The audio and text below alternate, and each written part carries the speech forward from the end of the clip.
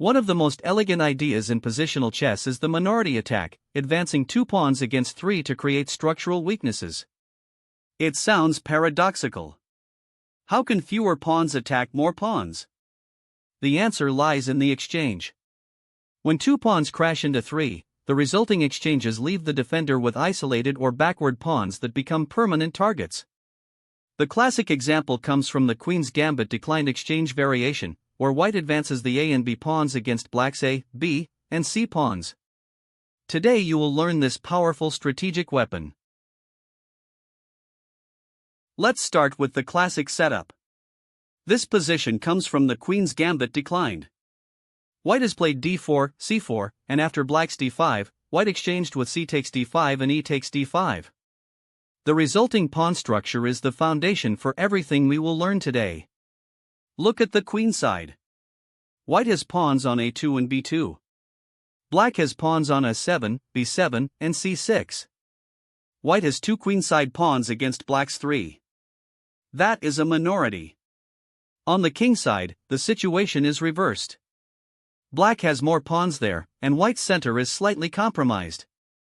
Now here is the critical insight. White's plan is to advance the minority, the A and B pawns, into black's queenside pawns. The goal is not to win material. The goal is to force a pawn exchange that damages black's pawn structure. When b5 hits c6, black must choose between capturing, which leaves an isolated pawn, or allowing white to capture on c6, which creates a different type of weakness. This entire plan is called the minority attack, and it is one of the most systematic winning strategies in chess. White knows the plan from move 8 and can methodically execute it over the next 15 moves. White has played b4, the first step of the minority attack. The b pawn has advanced 1 square, preparing the critical push to b5. Before playing b5, white needs to ensure proper piece support. The knight on c3 guards the b5 square but might need to relocate. The bishop on e2 can shift to d3 or f3 to support the queenside. The queen might come to b3 to add pressure along the b file. Now let's think about the timing of b5. White does not rush this. First, white should develop the queenside pieces optimally. The bishop on c1 can go to f4 or g5, and a rook should go to b1 to support the b-pawn's advance and prepare for the open b-file after exchanges. Once everything is in place, white pushes b5, and black faces the critical decision.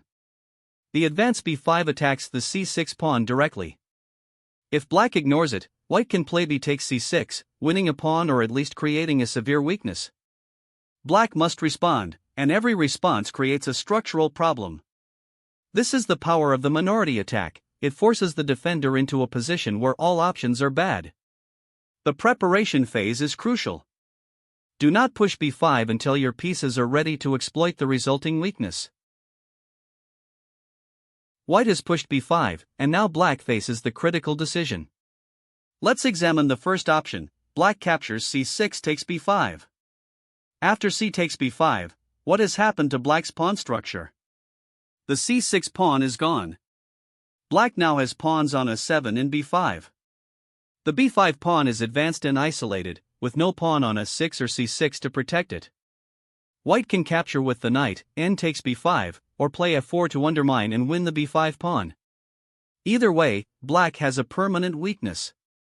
The a7 pawn is also weak now because with the c6 pawn gone, there is a hole on c5 where white can plant a knight or bishop. The open c-file gives white's rooks a highway into black's position. This is the beauty of the minority attack. Black had 3 healthy pawns on a7, b7, and c6. After the exchange, black has 2 weak pawns that require constant piece protection. White's pieces can target b5 with rooks on the b-file, and the c5 square becomes a permanent outpost. Black spent the entire game defending these weaknesses while white's pieces had freedom to attack. 1 pawn advance, b5, transformed a solid structure into a liability. Now let's examine the second scenario. Instead of capturing on b5, what if white takes first with b takes c6? After b takes c6, black recaptures with b takes c6. Now look at black's pawn structure. Black has pawns on a7, c6, and d5.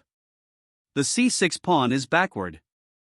It cannot advance to c5 because white's d4 pawn controls that square. And the c6 pawn sits on a half-open file where white's rook can target it from c1. This is actually the more common and more dangerous result of the minority attack. The backward c6 pawn is a permanent liability. White places a rook on c1, piles up pressure on c6, and black must tie pieces down to defend it. The knight can be driven from its defense, and eventually the c6 pawn falls or black makes positional concessions to hold it. Meanwhile, the d5 pawn might also become weak if white can exchange it or undermine c6 so that d5 becomes isolated. This cascading weakness is what makes the minority attack so devastating. One pawn break creates one weakness, and the effort to defend that weakness creates additional weaknesses elsewhere. This is the principle of the second weakness, which is a hallmark of grandmaster-level positional play. The minority attack is not just about pushing pawns. It requires precise piece coordination to exploit the resulting weaknesses. Let's look at the ideal piece placement. First, the rook. One rook belongs on b1, supporting the b-pawn advance and preparing to use the open b-file after exchanges. The second rook can go to c1, preparing to target the c6 pawn after b takes c6, b takes c6. Second, the bishop.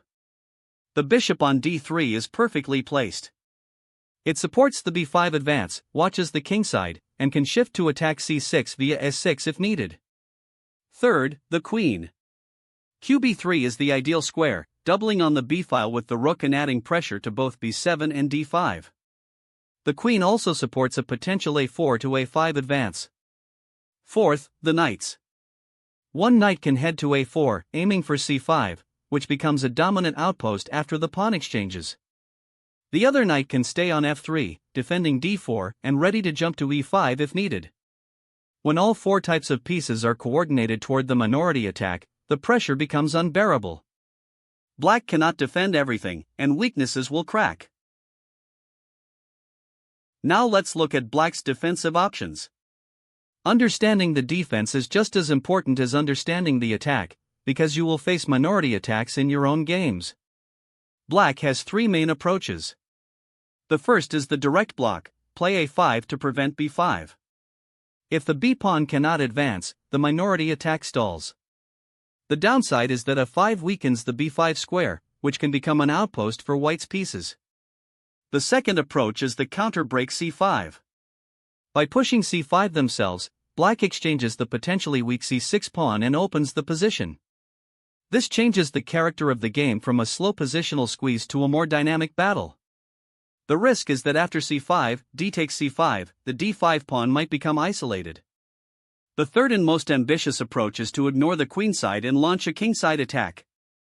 While white spends 5 or 6 moves executing the minority attack, black uses the time to generate threats against white's king. This is the most double-edged approach and requires precise calculation. The battle between white's queenside minority attack and black's kingside counterplay is one of the fundamental strategic conflicts in chess. The other side of the minority attack coin is the pawn majority. When you have more pawns on one side of the board than your opponent, you have a majority. And a majority has a clear purpose, to create a passed pawn. Look at this simplified position. White has 3 pawns on a2, b2, and c2 against nothing on the queenside. Black has 3 pawns on f7, g7, and h7 against nothing on the kingside. Both sides have a majority, just on different flanks. The technique for using a majority is straightforward. You advance the pawns together, keeping them on adjacent files. White pushes a4, b4, c4, then continues with a5, b5. If black does not have pawns to oppose, one of white's pawns will march all the way to promotion. When there are opposing pawns, the majority still works. Say white has a, b, c pawns against black's a and b pawns. White pushes c4, then c5. If black captures, white recaptures with the b or d pawn and has a passed pawn. The key is to advance the unopposed pawn of the majority first. That is the candidate pawn, the one that will eventually become passed. Advance it, exchange if necessary, and create the passer. In endgames, the side with the more mobile pawn majority often wins because they create a passed pawn faster. Let's see a practical endgame where the pawn majority decides the game. White has pawns on a3, b4, f3, g3, and h3. Black has pawns on b5, e6, f7, g7, and h7. On the queenside, white has a 3 versus 1 majority, f3, b4, and the f3 pawn does not count because it is on the kingside. Actually, let me reclarify.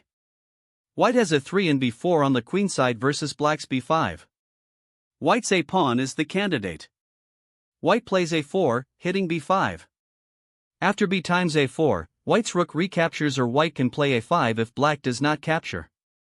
Either way, white creates a passed a pawn that will march toward promotion. Black's kingside majority is 3 pawns against white's 3, so it is not really a majority there, it is equal.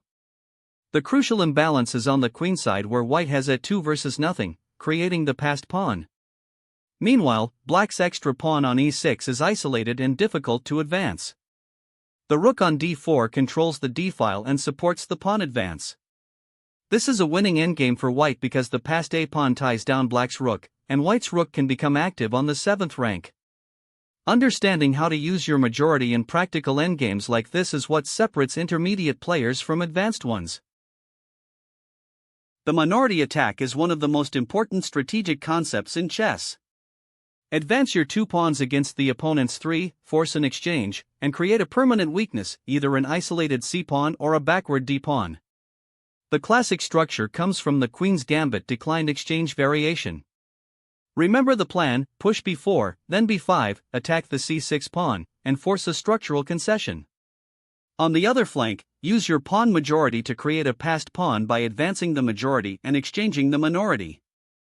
Master both sides of this coin, the minority attack and the pawn majority, and you will have powerful strategic weapons for your middle game and endgame play.